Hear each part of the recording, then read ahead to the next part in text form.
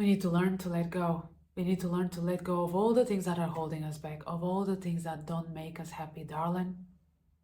Because if we want to be happy, we need to make space for what is meant for us. But first, we need to release what is holding us back. So ask yourself, what am I holding on to too tightly, but it feels so heavy? When I asked myself that question, I got to realize that I was holding on to expectations.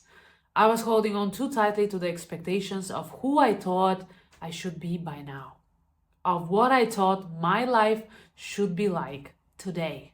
And trust me, it is not easy to admit it, but this awareness is the first step to my freedom, to the freedom to be myself today and to create a new version of me, a version which may be far from my expectations, but a version which is much better for me. So whether it is a toxic relationship, an old belief, or past mistakes that you made years ago, you don't have to keep holding on to them. You don't have to keep living in the past forever. Because what happened in the past happened, darling. You cannot fix it.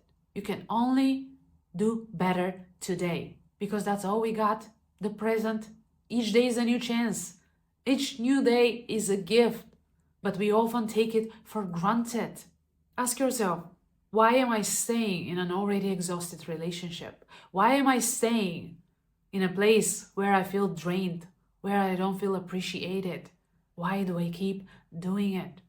If you want to get in shape and lose weight, why do you keep watching television and eating chips every night after work? You know that this is not helping you to reach your goal.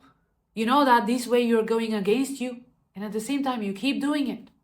I know it's easy to keep doing the familiar things, to keep hanging out with the people we know, to keep staying in the relationships which we already know. I know it's easy. I know that oftentimes we keep holding on to things because we are afraid, because we fear the unknown, because that's human. And we often get to think that if we hold on to things, we are actually strong, when in reality, we are being weak. We are being weak every time we keep holding on to things that are not good for us.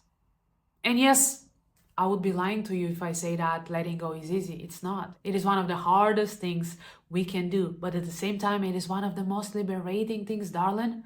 If we want to make space for the better things to come in our lives, if we want to have a better life, if we want to be better than we were yesterday, we need to let go. And this requires practice, this requires patience and intention.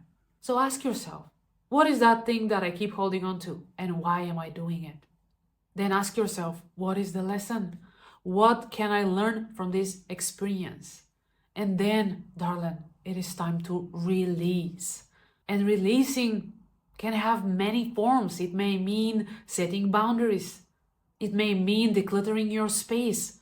Not only your mental space, but only your physical or your emotional space. Or it may mean to stop giving energy to a certain thing or a certain situation. We need to learn to release, to let go, and start doing things that are good for us.